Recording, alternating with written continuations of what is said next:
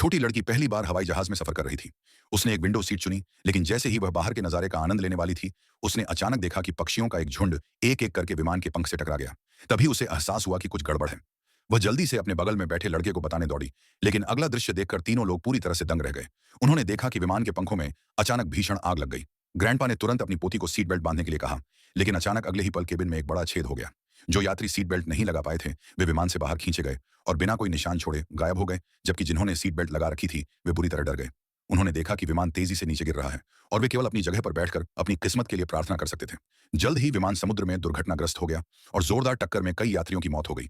लेकिन इससे पहले कि वे संभल पाते, अचानक बड़ी मात्रा में पानी केबिन में भरने लगा। पानी का स्तर बढ़ता देख लोग फिर से निराशा में डूब गए, लेकिन सौभाग्य से विमान जल्द ही एक ढलान पर आ गिरा, जिससे झटका थोड़ा कम हो गया। लोगों को आखिरकार खुद को सुरक्षित करने के लिए कुछ समय मिल गया। थोड़े समय के लिए विमान को फिर से डूबना नहीं चाहिए था। केबिन पहले ही अस्त व्यस्त हो चुका था। सिर्फ विमान के पिछले हिस्से में बैठे यात्रियों के पास सांस लेने की जगह बची थी और अब केवल एक ही क्रू मेंबर जिंदा बचा था। लेकिन इससे पहले कि कोई दहशत से उबर पाता, पानी से एक छोटी लड़की बाहर निकली। उसके पीछे एक ताकतवर आदमी एक बूढ़ी औरत को केबिन के पिछले हिस्से की ओर खींच रहा था। बूढ़ी औरत को बेहोश देखकर फ्लाइट अटेंडेंट्स तुरंत उसकी सीपीआर करने लगे।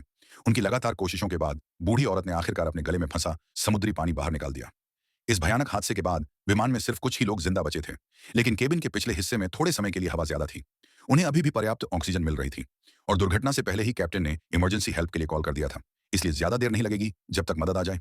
लेकिन एहतियात के तौर पर उसने कुछ अतिरिक्त ऑक्सीजन खोजने का फैसला किया, क्योंकि उसे हल्का सा याद था कि विमान में एक यात्री ऑक्सीजन मास्क पहने था। यह सोचकर उसने दोबारा पानी में गोता लगाने का फैसला किया ताकि उस यात्री को ढूंढ सके जो ऑक्सीजन पर था। सौभाग्य से सब कुछ ठीक रहा और उसे जल्द ही वह यात्री मिल गया। लेकिन जैसे ही उसने ऑक्सीजन टैंक लिया और विमान के पिछले हिस्से में लौटने ही वाला था, अचानक एक शार्क प्रकट हुई और उस पर हमला कर दिया। तभी भीड़ ने पानी में उठते बुलबुले देखे और उनकी सांसें थम गईं। इस डरावने दृश्य को देखकर वे इतने डर गए कि पीछे हटने लगे।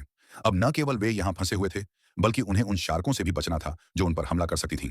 डर के मारे वे सभी विमान के पिछले हिस्से की सबसे ऊंची जगह पर छिपने के लिए भागे।